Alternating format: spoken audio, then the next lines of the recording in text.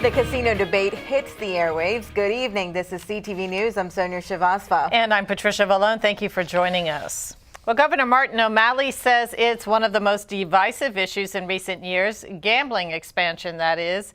It's a special legislative session on a proposed casino that he hopes will help move the state past the debate. Denise Douglas explains. The governor took to the airwaves today, continuing to explain his reason for calling a special session to expand gambling.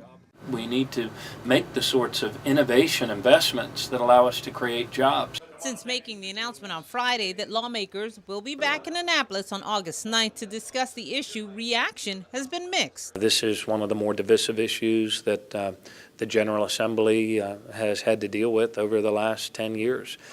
People that often find themselves on the same side of most issues find themselves parting company on this issue. O'Malley, County Executive Rashawn Baker, and other supporters argue that a new casino in Prince George's would generate an additional $100 million for the state next year and even more in future years, not to mention adding jobs. And it will create about 2,000 permanent jobs on an ongoing basis because there are more people required to run the table games than are required for the automated slots machines. And we can also create about 1,000 construction jobs as a new location in Prince George's is built out. The gambling legislation is expected to face its toughest hurdle in the House. Still, even if it passes the legislature, voters will have to give it the final go-ahead before it can be built. Denise Douglas, CTV News. And so far, 3 casinos are open in the state. 2 others are moving forward in Baltimore and in Western Maryland at Rocky Gap State Park. Well, for years, veterans have had to travel to the district or even Virginia for health care services. Now they have access to quality care services closer to home. Scarlett White is in Camp Springs with more. The Prince George's community-based outpatient clinic is a 10,000 square foot state-of-the-art facility where veterans can come for all sorts of healthcare services, stuff like women's healthcare services, diet and nutrition, mental health, and now dental. It's how a community lives up to its commitment to our veterans. We said we take care of their healthcare needs. They want their needs met in the community. This is primary care. They can get all their services at one location. My father had 100% disability, service-connected disability, and when he needed that primary care, it was a matter of driving all around the Beltway. And I've heard from other veterans in our community that it just dragged them down. It sapped their energy to do that. And so to have this facility here providing all of the basic primary care that you need and to be able to service our women veterans as well is such a welcome addition and a great partnership for our community. So we have approximately 65,000 veterans in the PG County area, the largest in the state of Maryland. What this does is it provides more service to the veterans where they are. They don't have to come all the way into DC to get primary care, to get mental health, to get dental, which is the gateway to health care. The executive director also says that since the facility opened last October, they've seen over 1,100 veterans.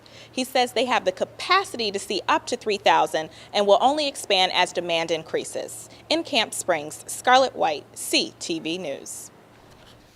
And if you are a veteran or know someone who could use the services, they can call 1-877-DC-VAMC. 2 Hyattsville teens will be charged as adults in connection with the murder of a Bladensburg man. 16-year-old Andre Ottaway and 17-year-old James Murray, seen here, allegedly robbed, chased, and beat 54-year-old David Krupski Saturday night. The incident happened in the 5200 block of Newton Road. When police arrived, they found Krupski a few hundred yards away from his home, lying on the side of the street with trauma to his upper body. Detectives say the teenagers have provided statements admitting their involvement. The alleged gunman in the Aurora, Colorado shootings is formally charged today. Prosecutors filed 24 counts of murder against James Holmes, the former neuroscience student accused of killing 12 people and injuring 58 others.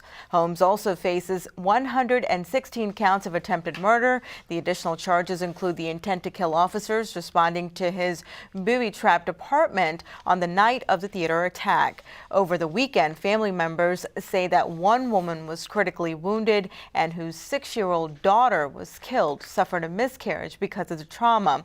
Veronica Moser-Sullivan was the youngest person killed in the attack. The Capital Area Food Bank plans to open an expanded facility tomorrow. The new $37 million distribution center is the size of 2 football fields with a teaching kitchen, warehouse space, and 13 loading docks. The food bank is the central supplier for more than 700 pantries and nonprofits that help the needy. Local relief officials say the expansion is needed to combat a growing hunger crisis in the region.